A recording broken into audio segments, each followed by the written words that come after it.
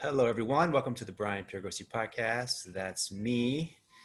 And we're exploring the question, what is Tantra? Having some amazing conversations with some amazing people from all different parts of the world. And I'm really grateful to have Amanda Biccum joining me right now in Italy. And what city in Italy are you in?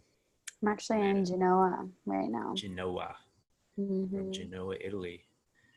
And excited to dive into this question. What is Tantra? Tantra is a word that's used a lot of different ways by a lot of different people. It can be confusing especially if you're first delving into it, and it can be confusing if you've been with it for a while. And that's kind of the beauty and the joy, and it seems like there's a certain mystery to it that is actually the essence of what it is. And if you fully grasp, if you understood every single thing logically and rationally, it wouldn't actually be Tantra, which I think is going to tie into the feminine exploration we're going to get into too. We're going to explore the feminine. I was thinking the same thing. Yeah. But Amanda, what is Tantra?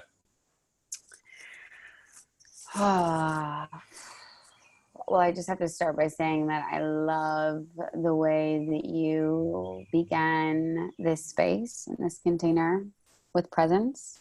Mm-hmm.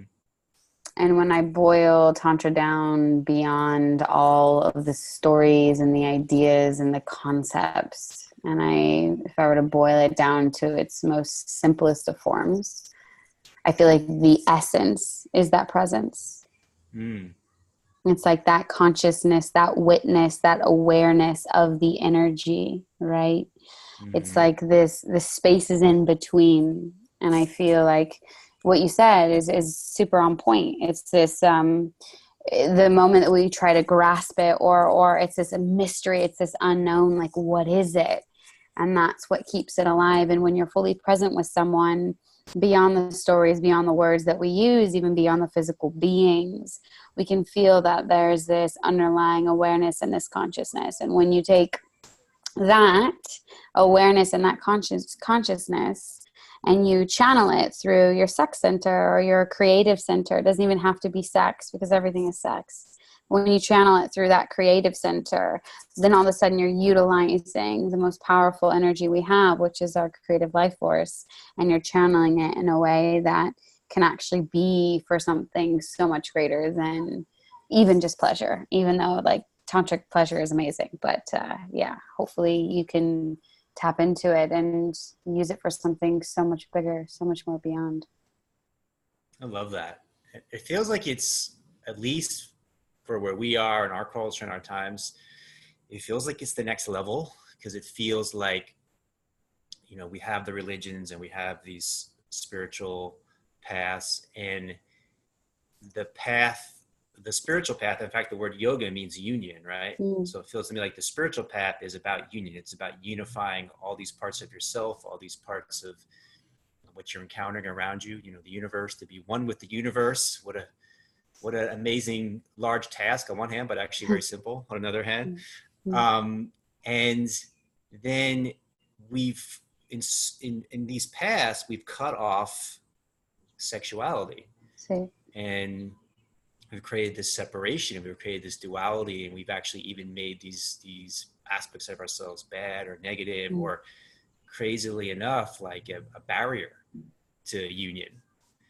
Right. So it feels like Tantra, as it's emerging, is like this next level of like, and you need to integrate this too. You need to unify with this energy too. Instead of making it bad or making it a shadow, there's tremendous power here that, like you said, you can utilize creatively and be a channel for spirit to move through you, be a channel for God to move through you, be a channel for source to move through you, and move through all the channels of yourself, and not be a disconnected human being. 100%. When you brought that up, there's a book by Osho, and it's like Osho and Montauk Chia are the two people who are like really brought Tantra to the West, and Montauk Chia has more of a Taoist perspective, and Osho has more of a yogic perspective. But one of Osho's books is, he says exactly that. He's like, Tantra is after yoga. So once you've like done all the self work and you've gone through and experienced yourself through yoga, through union with yourself and with source, Tantra is this next version, this next expansion. And so it's really beautiful. I feel 100% there's just so much shame and guilt and fear around our sexual centers. And it's like, okay, well, we are animalistic and this is a beautiful part of us. So how can we get rid of the stories of guilt and shame and allow all parts of us to be felt? Yeah. That's an really interesting thing you just said, because I think when I started my spiritual path, it was like, oh, this great realization of we're spirit, we're spirit. I'm a spirit, you're a spirit, we're spiritual beings, and which is true.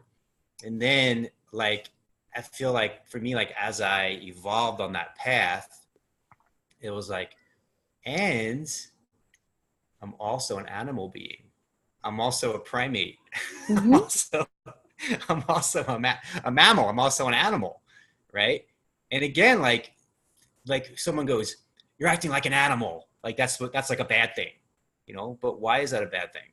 Why isn't that a good thing, right? So it's like it feels like there's this, and then there's all this energy that we're cutting off because we're not honoring the divinity, the sacredness of the animal parts of ourselves, right? 100%. 100%. Yeah. And I think that's like, all this shame and all this repression and all this like this denial of a huge part of ourselves. That's what creates all the shadows around it. That's why the porn industry is so huge. That's why like it's like the elephant in the room. We're all sexual. It's okay, but we've created so much like condemning of the fact of like, no, it's not okay. Like you need to keep that in a bedroom where nobody can see. And like, it's really interesting, like coming into wholeness with all parts of you is, and I feel like a lot of people on the spiritual path, it's like, I'm spiritual. It's like, but wait a second, like I'm in this human body on this earthly plane. And like, there is these hedonistic things that we also can to enjoy. I remember when I went on the yoga path and I was like, no meat, no cheese, no wine. I just went like super hardcore because that's what everybody said, you need to like follow the yogic path. And I feel the more and more I tune into, wait, what is spirit really telling me? How is spirit really showing up in my life? It creates so much more expansiveness instead of following a book or a doctrine or a practice. It's like, how can I actually begin to, we were talking about this right before we got on the call, continue to expand. Like we're always expanding. So everything we once thought is going to be changing because what we thought and what got us to where we were or where we are isn't necessarily going to be the thing that takes us to where it is that we're destined to be. So. Totally. And you said something really interesting, which I totally resonate, but I think it definitely deserves some deeper delving into. You said everything is sex. So like, what do you mean by that when you say that?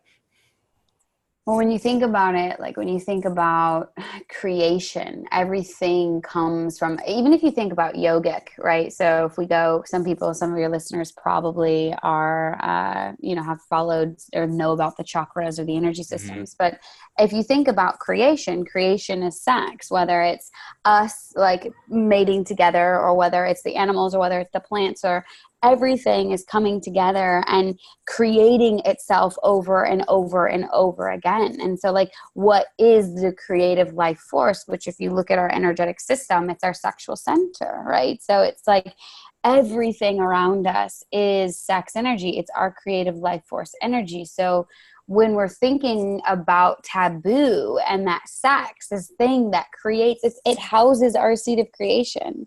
When we condemn that piece of ourselves, we actually kind of shut off and shunt all of the creation. The buildings that we're in, the technology that we have to make this call, it all comes from our sexual creative life force energy. That when a lot of people are, let's say, like repressing it, whether in their relationships or whether they're in their own personal lives or they're using lots of masturbation, it's like if you learn to channel that energy, if you learn to connect with that life force, godly, divine energy, and you actually learn to move it through your body, the amount of creative life force that you can come through, that will come through you, like you said in the beginning, we're channels. So if you actually use the most powerful primal, like, I mean, it controls people. Does your sex control you, or do you control your sex?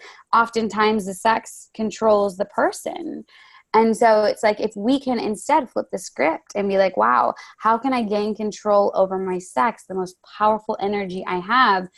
Then all of a sudden, like, the doors open up and your creative potential expands as a human being. And I believe, as you said, I think this is the next, like, kind of doorway that we're opening, and this next expansion that we're all leaning into as we continue to evolve. Mm-hmm. Yeah, I was really sparked by a couple of things that you said there, and I got kind of a different way of seeing it than I ever had before. So the sexual energy is the creative energy. So everything is sex. So we're creating all the time, right? But if you don't have this consciousness, there's the sense that everything's happening to you. Mm-hmm. You know, you're just the victim of whatever's happening to you. Yeah. But as you start to wake up, it's like, oh, I'm one with the creator, so I'm creating every moment. So everything is like, I'm giving birth to every moment, right? Which is sexual energy creates birth. So it's like, in tapping into this energy, you're tapping into the creator or the creative energy, and then everything becomes creative. Every moment becomes creative, and it's like, wow, like this is how life can be. 100%. Right. And then to connect with other people that have this consciousness, which I think is starting to happen now too. Like, we're starting to come together. There's this resonant field, and then it's just the potential of what's possible. It's just super exciting. Yeah. And, you know, it's also really scary for a lot of people, because it's like way easier, they think, to stay stuck in the victim mode. It's like, no, I don't want to, like, I'd rather just blame my parents or blame my job or blame my partner or whatever. And it's like, damn, I'm actually it's been interesting coming to Italy. So my background is in nutrition, yoga and nutrition, holistic nutrition. And I got really sick. I think we talked about this a while back. I got really sick in my physical body. I think you said that you got really sick in your physical. Yeah, when I had you on my show. So what happened though, but now I'm coming to Italy and people are smoking like all the time. They're drinking espresso all the time. They're eating huge ice cream sandwiches. And I'm just like, huge bowls of pasta. Huge bowls of pasta. And I'm like, how in the world is this? And they look fine. They actually their lifespan is pretty long here. They don't have that many diseases. And so here's what I'm tapping into though, right? So if you read Bruce Lipton's Biology of Belief, if you read any of Joe Dispenza's work, right? The Placebo Effect or the Becoming Supernatural, it's like, and if we consciously can sit here and say, okay, our thoughts create our reality. Our reality creates the perception, which we see the lens and what we believe to be true. Therefore, we change our thoughts, we change our reality. So it's like, how do we, and this is what I've been playing a lot with, like, decondition the conditioning? Because if I don't have any subconscious patterns or habits that are telling me that things are good or bad or right or wrong, which has been embedded in us with sex, with food, with whatever. But if I can descript all of that and no longer move from my mind, but actually move from my feeling, well, I don't know, how does this gelato make me feel in this moment? And I can get rid of the guilt of, oh, this is going to make me fat, or, oh, I shouldn't be eating this because it has too much sugar. If I can just get rid of that script, then all of a sudden we're moving from our feeling, which I feel is, again, when we start to talk about the feminine, it's like, we start to move from this like intuition, this place of like, does it feel expansive or does it feel contracted? Doesn't mean one is good or bad or right or wrong, but like, what makes you feel most aligned? And so, yeah, I think it's really interesting. It's something that I'm playing a lot with, because I've never eaten this much bread or pasta or drank this much wine. And to be honest, like, I may have gained a little bit of weight, but I actually feel fine. And 3 years ago, when I was in the middle of my gut health trauma, there's no way I ever thought I was going to touch bread again, you know? So I don't know. I'm really curious to see where, as we start becoming more conscious, like, can we, and if everything is divine, if nothing is good or bad, if everything is divine, the pollution is divine. All food is divine. Everything comes from divinity. Everything comes from source. So is it just ourselves that are creating this binary experience of right or wrong or good or bad? And is that the trap in and of itself? I don't know. It's something that I'm playing with. So what you're saying is like so radical, and I love it. It's like, to me, it's the cutting edge of like the inquiry right now. It's like, well, if I'm creating, I being, source, not the ego, but if I'm one with source creating this moment, like that's a rabbit hole, it's like, whoa, this opens up a whole realm of possibilities. 100%. Right? Of like, is there an objective reality at all? Is there 100%. like you said, like, is what I thought really good, what I thought really bad, or is that just my own creation of like, well, this is good because this will get me to this, so I think it's good, or I think it's bad, because what I think is bad, someone else could think is good, right? 100%. So who's right and who's wrong? It's just, so you just have to realize, like, it's almost like a video game that we're creating, but we don't realize that we're the creators of it. But as we start to open up, it's like amazing, like the potentiality of what we're awakening to in our consciousness. And then the Italy thing, it's so fascinating because I was just in Italy too, right? And I've been in Italy quite a bit, and it's like, yeah, like they're just downing these loads of pasta and loads of bread and all of this wine. And, they have these like, 5-6 course meals, like dinner's like 3 hours, and they're just downing so much food. And like, people are in like better shape than America by far, 100%. right? So it's like, okay, well then there's something in the consciousness that's different. Yes. It's not like what they're doing. Yes. Right? Because what they're doing would be considered unhealthy, but yet they're healthier. Yeah. So there's something in the way they're approaching things and the consciousness that is the key that we're missing, that we don't acknowledge the importance of that. So so it's really fascinating to look at it that way. Yeah. And that's something that you said that I just felt into. It's like, this is where I believe, okay, so there's all this talk about like moving from 3D to 5D and like the new paradigm shift and like whatever. Like, we're all just trying to put words to something that is truly like beyond what we could ever even really begin to comprehend. But we all can feel, if we actually tune in, we're somewhat on our path to waking up. We can all feel that there is some sort of a shift that's happening. Mm-hmm. There's more and more people there. Things are getting like faster, but in a more, not like a ego point, I need to build more, but more like, wait a second, what's really going on, the creator standpoint. And I feel like this is really the key. And I feel like this is where the feminine comes in, right? It's like, we've been in this, I have to know it in order to believe it, in order for it to be true. Science makes me feel grounded. And if I can read studies, then I feel safe. But what if we start to lean on the other side? It's like, everything is divine. Everything is divine. Everything is beautiful. Everything is perfect. The only thing that is creating the story that it's not perfect is you, is the ego, is the I. And so if, as we're starting to lean into, okay, if I'm really wanting to expand into my ultimate potential, if I'm really ready to 100% surrender and 100% trust, which means I'm actually going to let go of my story of what is right or wrong, then I'm going to surrender to the feminine and surrender to the feeling. So if I'm in an experience, I'm having resistance, like it happened to me today when I was on the train, and I'm like, the train's like 2 hours late and I'm starting to have resistance. It's like, okay, can I notice my contraction? Can I notice my resistance? And from that place, can I choose to change my story and say, what is this teaching me? How can I release this resistance? Like, wow, I'm trusting that whenever the train is going to be here, it's perfect. And this is a great opportunity for me to be more with myself and work on this patience piece. Like, what is the part of me that's resisting? Like, I have no fucking where I need to be until tomorrow morning at 7 a.m. So like, what am I resisting? And so, yeah, I think it's really interesting, this shift of perspective from when I feel resistance, how can I choose to change nothing else outside, which would be the masculine way of like, I need to fix it, I need to do it, I need to make it happen, to can I change what's going on from my inner self, which is the path often of least resistance. Because if you're going to try to change something outside, not that you can't do it, it's just going to take a lot more work.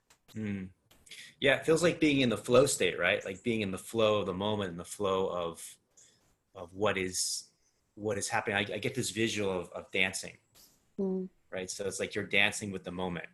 mm, It's like, okay, this isn't happening the way I thought it was with my mind, but I'm going to dance with it. This isn't yeah. happening the way I thought it was with my mind, but I'm going to dance with it.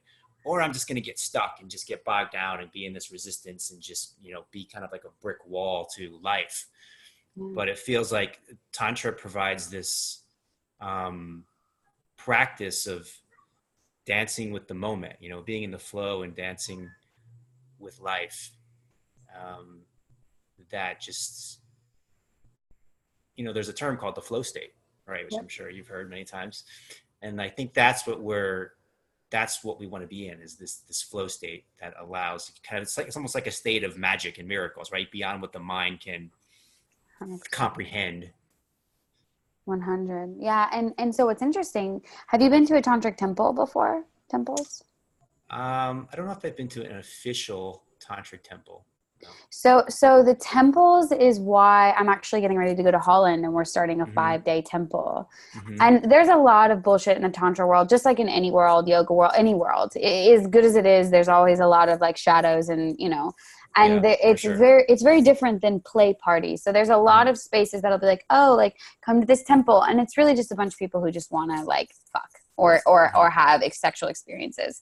But a true tantric temple is, I believe, like the playing ground for you to truly embody what it is we're talking about through our sex center, but it doesn't have to be sexual if you don't want it to be. So essentially it's like, we, as being these primal beings, it's like I may see you and I'll be like, okay, there's some energy there, like I'm interested in exploring it. But then I may see someone else and I might be like, yeah, no, like I'm not interested at all. My mind is trying to tell me good, not good, right, wrong, Right. too short, too high, too fat, too small, Right. whatever it is, right? So in these temples, you create this field where you meld the women together and you meld the men together, and then we come together and all of a sudden we see souls.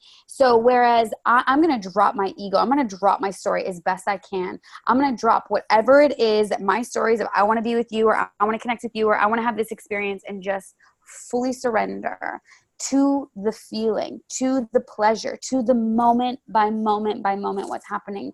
And what happens is when you get into this, it's like the best drug I've ever taken. And it's like I'm on an acid trip or something for like multiple days. And we're all feeling into the transpersonal realm. And if you can get out of your mind, and if you can get out of your ego, and if you can drop out of the stories, all of a sudden you'll be taken on a wild ride that you never would have ever expected. And for some people, it's a challenging, because they're meeting their ego and they have to go sit in the judgment chair and be like, okay, how am I creating this reality? Nobody wants to connect with me. What am I doing? I'm not pretty enough. I'm not whatever, which that's some people's stories. Or you're having these like wild, expansive, explosive experiences. And so when you think about Tantra and you think about like, how do we actually begin to embody it? One of the reasons why I love these temples is because it actually gives you a platform where we've all done somewhat enough of our own inner work to be able to show up into this field, to drop our egos, to drop our stories, to allow ourselves to feel through the space instead of think through the space. And when we can open our hearts up and feel through the space, you'll have more pleasure and more amazing experiences, transcendent experiences than you could have ever imagined from your mind or your mind, if the temple is held right, which makes a big difference. So. Mm-hmm. That sparked something else in me that was like comes alive, which is, I feel like as you go further on this path and you awaken more on this path, well, I think initially, maybe even more so for men, but I think potentially for everyone, there's a sense of like the sexual fulfillment is outside of you. Yeah. And you're trying to reach for it, look for it, get, and you're constantly going outside of yourself. And there's some kind of a feeling of, how would I describe that feeling? It's not good feeling. I'm not sure what the word is, but it's a feeling of not being whole, not being complete. There's a void in a negative sense, not in the Buddhist sense. There's a sense of like a sense of lack inside yourself. And I think as you go on this path, you start to realize that like all this sexual fulfillment that you've been seeking is actually in yourself. And that's the most incredible realization, right? Now, it doesn't mean that someone else can certainly activate that in you. That's Mm-hmm. still a totally valid thing. And, having sexual relationships can be, can amplify what's there inside of you, but that's all it's doing. It's just amplifying or activating what's inside of you. It's not outside of you. And I think that shift as you go on this path is just incredibly transformational and liberating. I think, I mean, we've been programmed by our societies, by our cultures, by our religions that like we are one half of a whole. Mm-hmm. You need to go out and find your other half. Your other half is out there somewhere. And then once you find that, then you're whole, man, woman, whatever it is, whatever the story is, and it's like, well, there's an inner man and an inner woman inside of all of us. And for a lot of the men, I did a lot of men's work for about a year, and I was just diving in, wanting to understand the masculine, wanting to understand men. It's like, we've completely cut you off from your feminine. We haven't given you a lot of the world, but like specifically for men, it's like, nope, that's not that part of you. It's not allowed to be seen. It's not allowed to be held. It's not allowed to be talked to. It's not allowed to be touched. And it's like, I was doing a live with Josh Hathaway the other day, and he was like, men, the only way that we've been conditioned that the only way that we can have physical touch is through sex.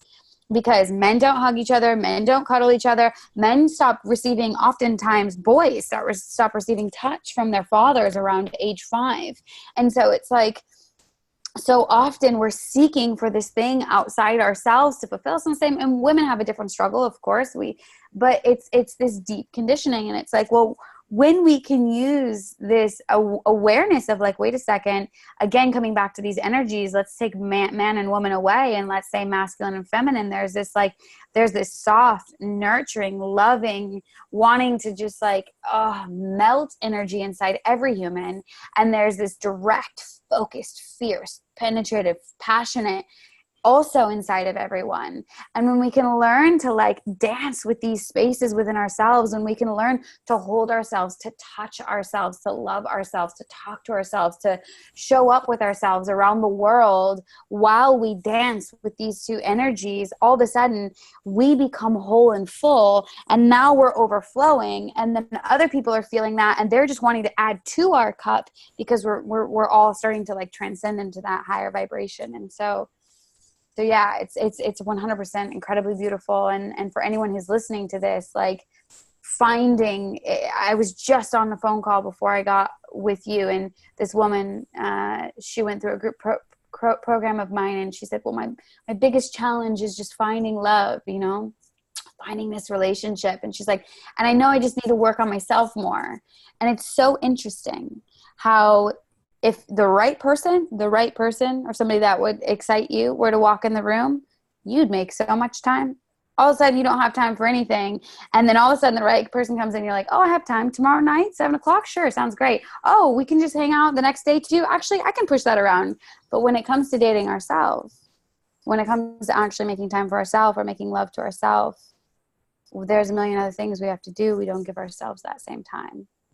And so for anyone that's, kind of tuning in to like, how do I begin to find that? It's just tuning into those energies, I feel like, of how do I begin to like feel my inner man and my inner woman, and how do I begin to bring them back into balance myself before I go try to find someone else who can do it for me. And how did this path start for you? Was this something that you came out of the womb with, or was there a moment was there a moment that was a turning point for you, or this path, this journey began? Like Tantra or spirituality, or let's say Tantra. So I remember exactly, actually. I was on the yoga path for, 10 years ish. And I was teaching for the last couple years. I was really dedicated to it.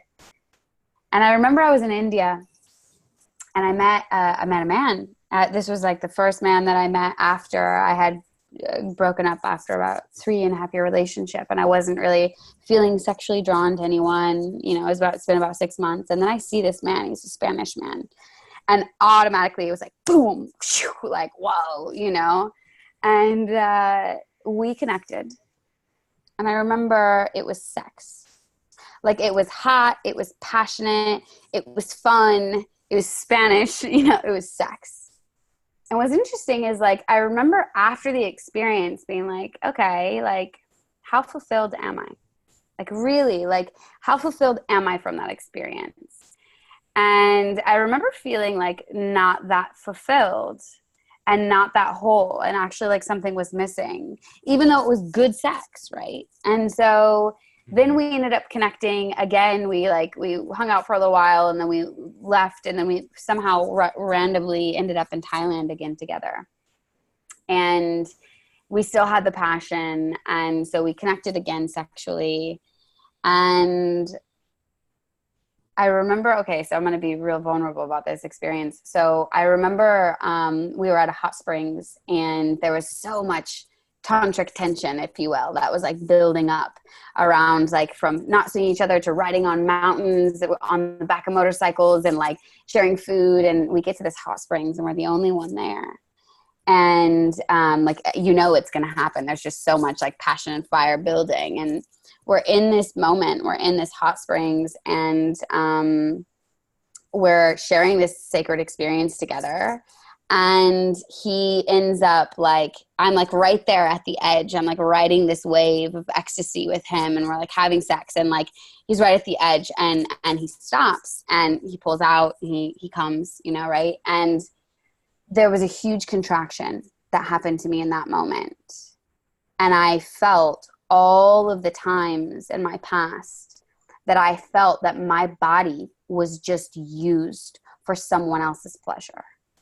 Not that that was necessarily this experience, but it created a flashback of this contraction of like, holy shit, how many men, and it's no one's fault. This is what we're taught. This is how we're taught to relate sexually. But how many men have used, or me, have used my body as a vehicle for their pleasure? I was right there with you. I was right there with you. And we spent the last like several weeks riding up until this point. And then instead of staying with me, you took and went to your own space, you know?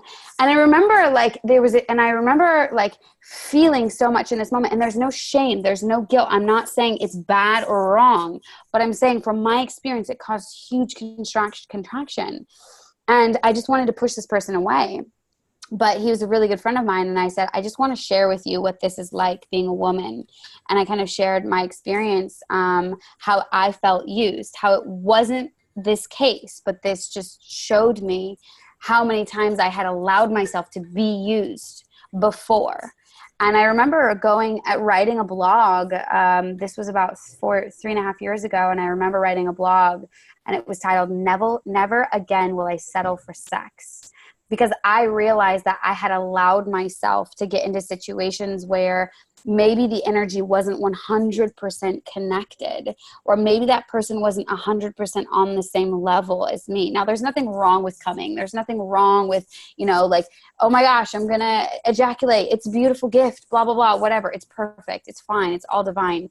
But what it was in that moment for me was this awareness of like, there's something much more at play here when two people are connecting in this field, and there's a dance. And I want to be able to ride this wave and dance so that both people are feeling each other and giving, receiving equally on equal levels, instead of feeling like I'm being used for someone else's pleasure. And so from then I just, you know, dove into all the books and workshops and courses, and yeah, it's been a lovely exploration since then. And you went to ISTA, right? Yeah. So do you want to explain like what the experience was like for you, and what exactly ISTA is? ISTA is an interesting experience. ISTA is, it's a transformational process that one will be called to when their time is ready. And they basically use practices from different roots from around the world. Different of the main teachers have studied through shamanism and breath work and Tantra. And they blend, like, how do we use these ritual and shamanism, which is just basically ritual and prayer and intention, and combine it with our sexuality so that we can get rid of shame and explore all these edges and these boxes. And so it's hard because you go to the ISTA website and you're like, what is this? Like, it doesn't tell me anything. Like, what's really going on here? And you do rituals, and you're not supposed to talk about the actual rituals that you do. But for me, it was huge. It was huge. Huge shifts came through. And it talks a lot about masculine and feminine, and it just gets rid of our shame. So much shame that we have around our sex. So like, how can we do the things that we're told not to do and embody it fully and without shame or guilt, and do it with a collective? Let's talk about masculine and feminine. So a little different angle that I have. I totally resonate with men accessing their feminine. And I want to explore women, and men, but I want to explore women first. So what I see is you have this movement in the late 60s, roughly, where feminism arises and women are wanting to step into deeper levels of empowerment. And as they're looking for models of empowerment to embody, the people that they see that are powerful are men and masculine men. So they start to want to have the same access to masculine archetypes that men do. And this journey has just continued. And I'm just like watching it, and I'm just like, it's certainly great that people are free to like explore whatever they want to explore, and these doors are opening for people to explore, for women to explore masculine, for men to explore feminine.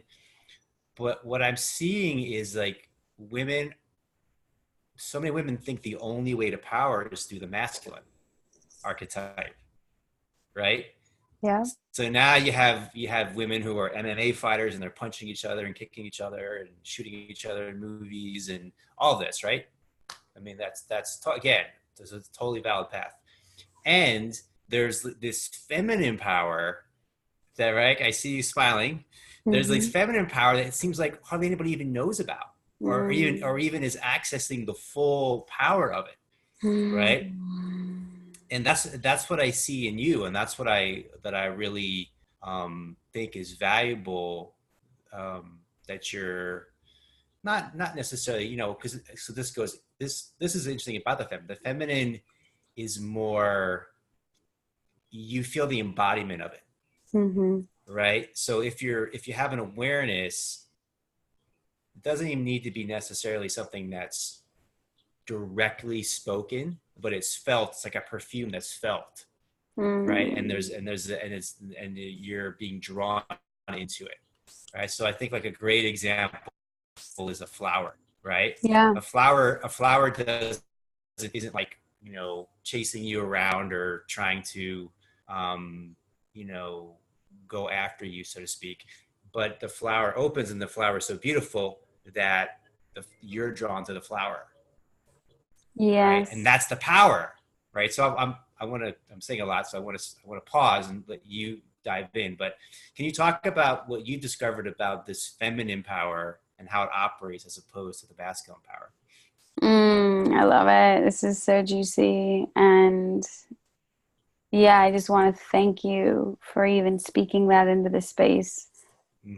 We are so deeply conditioned, specifically your reflection, because I can lose it because we are so deeply conditioned that the masculine has the power, and then that in order to do more and to be more, you have to operate like that. Right. And it's so interesting. Again, it's interesting actually. My journey with the Tantra and my journey with the feminine correlated right around the same time. And it's exponentially increased in the last 8 months, because you're right. It's like the feminine is so incredibly strong, and she has the most power when she is in the receptive mode. So it's like this divine knowing that the doing has already been done. We don't need to be the loudest, the biggest, the fastest, the strongest. In fact, like by just allowing ourselves to open up and receive and trusting, because the mind is going to come in and try to create all kinds of stories around scarcity and around why you need to do more and around how everybody else is doing so much.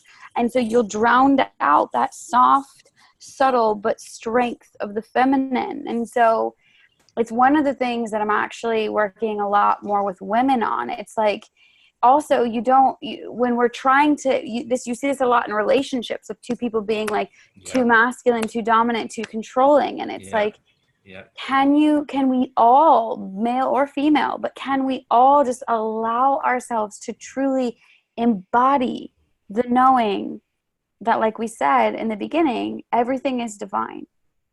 And if we can align with our purpose and ourselves and our passion and our source, and we can just trust and we can just relax into that, then all of a sudden it's like we don't have to do anything, and we create this energetic field that penetrates much like the masculine does, but instead of intrusion, it just opens the field and allows whatever is ready to come in. But it takes a whole lot of trust, it takes a whole lot of deconditioning, and it takes a whole lot of surrender, which is so scary for the majority of people. Right. So that trust is incredible courage, right? But it's a different kind of courage than the masculine, which is the one that's more brought to the surface or more acknowledged. And I think it's like this incredible trust, like this incredible courage of trust and surrender and just being open and being vulnerable, even if it's scary.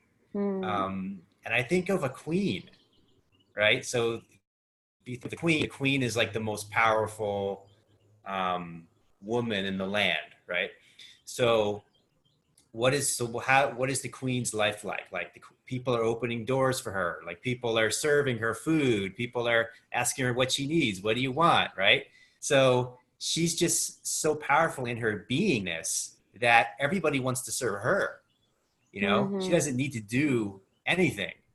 And I think that's the beautiful power of the feminine that like women in the West are overlooking and kind of not getting the access to, because I think that power is harder to see. It's harder the masculine power is when it's more overt, it's more on the surface, It's easy to notice it. But the feminine power is equally as powerful, and in some ways more powerful, but you have to have the eyes to see it, and know the magic of it. And this is something that like I hope more and more women, I led last spring, and this is a beautiful example. So the masculine I was supposed to lead a retreat in Florida. I came back to America and I got invited to co-host this retreat. It didn't end up working out. The masculine side of me turned on and was like, no, this has to work out. Like I'm flying back to America. I'm staying an extra week. Like, how can I make this work? And then the feminine side of me said, hold on a second. There's something else that wants to come through here. So just wait. Just wait and just rest in the trust that there's something bigger than your mind could have even begun to believe. So just wait and trust and allow. And so there's this balance between like, we do still move forward, we do still act, but it's acting from an open space instead of a constricted, I know where I'm going space. And what ended up happening is I created this online experience. It wasn't even a course, it was this experience where 7 women gathered from around the world, and we all dropped into space. All I knew is that I was supposed to be showing up for these women, and I was going to be providing them with the tools to help them reconnect to their divine feminine. I had no idea what the title of it was. I didn't even have a web page, nothing. And women just started coming in, women who had been seeing my videos, women who had, I had met in India. They just started reaching out to me. But they came because I trusted, because I was just like, okay, there's an online experience that wants to be led. Okay, Spirit, like I'm open and I'm ready to receive the women who are ready for me to guide them through this experience. And I literally made one post and I sent, I think, one email out, and that was it. And everyone else just kind of came in. And so it can be really hard when we're conditioned to believe in the scarcity mindset. Like, can you really truly just trust and surrender that everything is divine and everything is working out with you and for you? But especially when it gets down to the wire, down to the line, and the adrenaline starts kicking in and the masculine wants to come in and be the savior. And so this is what I hope that more and more women start to wake up to, because also if we want to help men be more receptive, to be able to receive us, to be able to feel us, whether in relationship or in bed or whatever, it's important for us as the female embodied person, energy in this field. If we can't be open and receptive and loving and nurturing and juicy, then how can we expect the masculine embodied people to feel safe to explore those parts of themselves as well? So I feel that this is where our consciousness is shifting. It's like, can we really expand this part of ourselves, so that we can all feel this receptivity and we all don't have to work so hard. Beautiful. Yeah. And then the polarity of the dance of masculine and feminine, that's such a rich exploration, and an important one right now too, you know? So it's like, if you have two people that are competing for masculine power, like you said, they're kind of just butting heads continually, not recognizing that this whole other power, that can be like, there's the synergy of the two, of the masculine power and the feminine power together. That's what creation is based on, right? It's like we're talking about everything is sex and every moment is creation. Well, you need the masculine and the feminine. Even if it's people of the same gender, you need the masculine and feminine to have this creative energy come into being that's so powerful and so beautiful. So I think that that's such a rich exploration of like, I think, so for example, sometimes if there's two people, if we want more of a masculine energy to come into being, sometimes the way to do it is for one of the two to actually go more into their feminine, which creates the reversal of the polarity of the masculine coming out in the other, right? Or vice versa. If we want more feminine, I go more into my masculine, brings the feminine out in you, right? So it's like, it's this, we start to understand how these energies work and the power of them, and honoring the power of the feminine. And you can start to bring it into these areas that just creates so much more magic and creativity and actual power of manifestation. Yeah. And that's what I hope, you know, I believe, this is what I believe is what's turning for us all, is like, okay, so here's just a question to anyone who's listening. Like, would you rather work really hard in order to get close to what you want? Or would you rather allow yourself to surrender and receive more than you could ever even imagine? Beautiful. And so it's like, I mean, nothing makes sense in my life. When I actually think about like what I'm doing, like coming to Europe didn't make sense. Going to India didn't make sense. In fact, it made complete opposite sense. And everyone who is operating from their logical point of view are like, Amanda, how are you doing what you're doing? I don't even understand. It's like, I don't understand it either. I just trust, I feel, I let go. And I can tell you it's 100% better than I ever would have created with my mind had I been operating from that space. Here's a question it's kind of a tough question. I think one of the reasons it's tough to answer is because it's hard for you to figure out how to ask it, but I think it's a really deep, valuable question about feeling. So I've been exploring this question about feeling, right? So people will be like, I just do whatever I feel. I do whatever I feel. I just follow whatever I feel like. But it feels like there's like a deeper level. It's almost like talking about two different things. There's kind of this surface level of feeling of like doing whatever feels good or feels bad, kind of like an impulsive way. And then there's some deeper level of feeling of like being guided by a, you know, source, or, you know, it's like, it's a compass that you can feel into.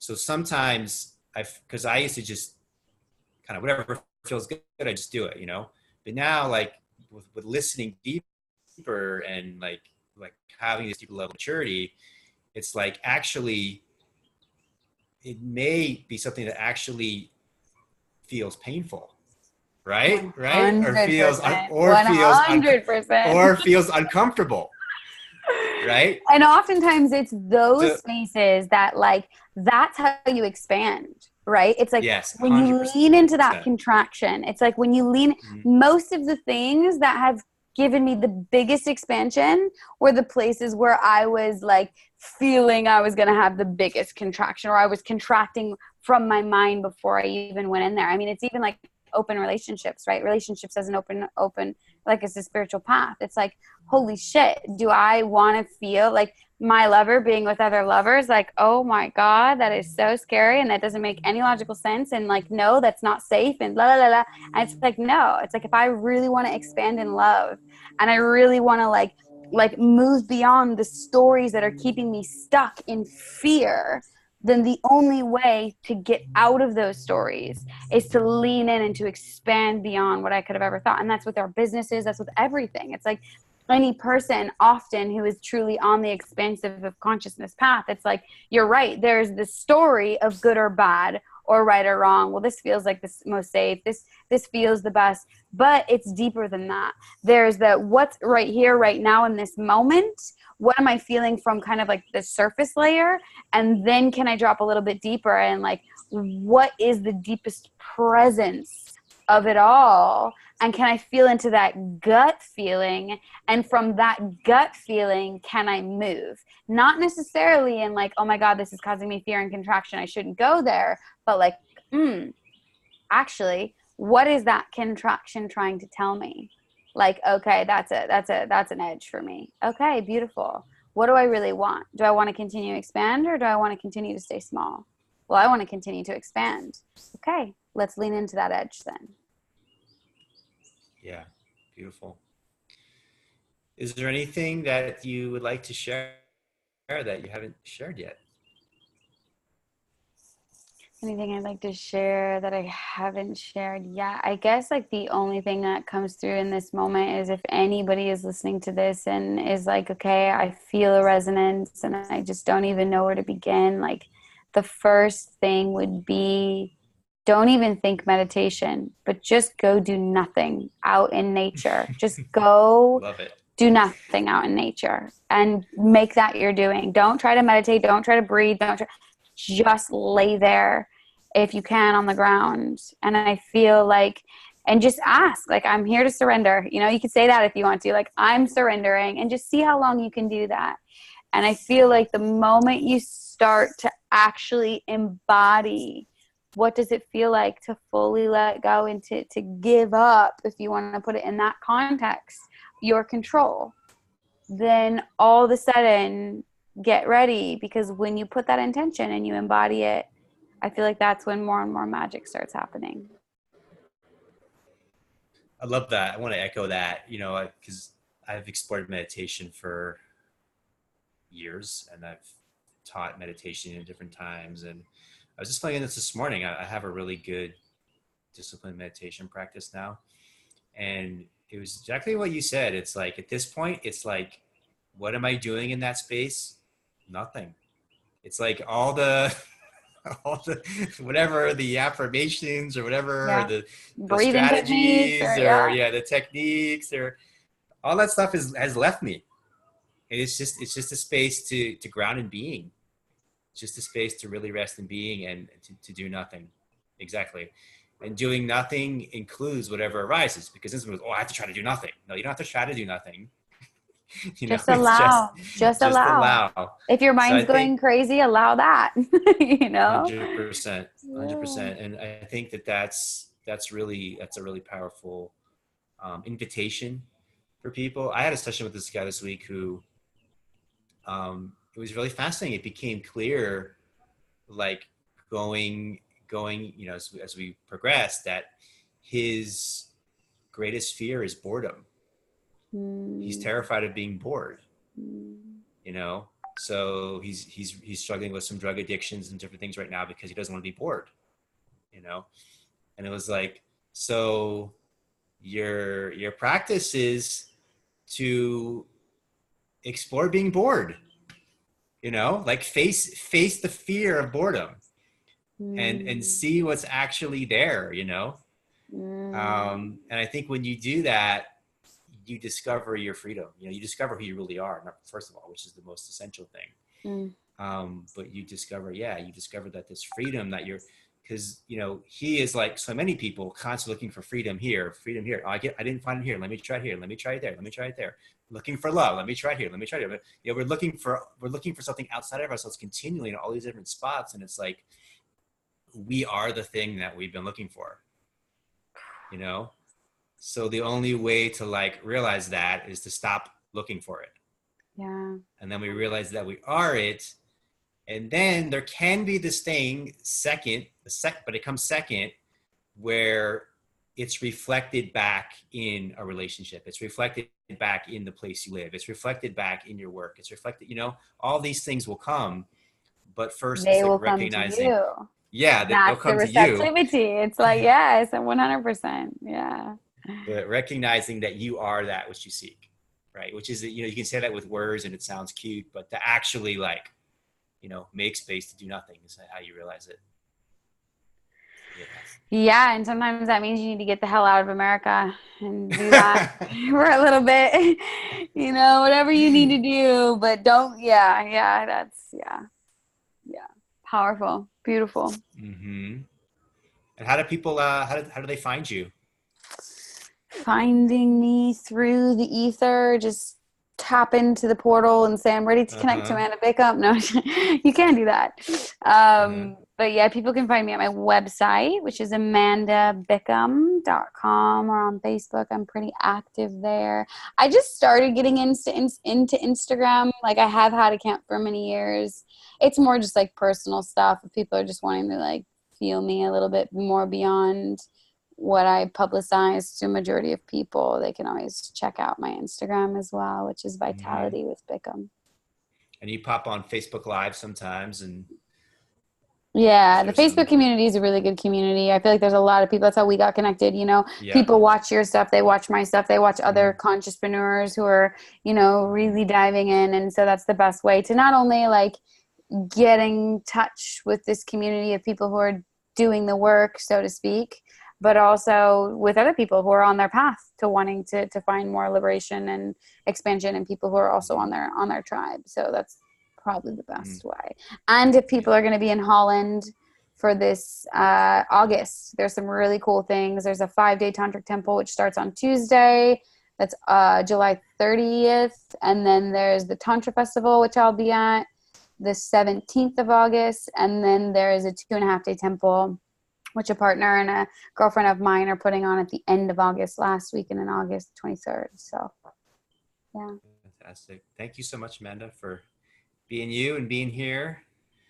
And thanks everybody for joining us. Thank you so much for creating this space where we can all continue to expand. It's been a beautiful blessing to be here with you, Brian.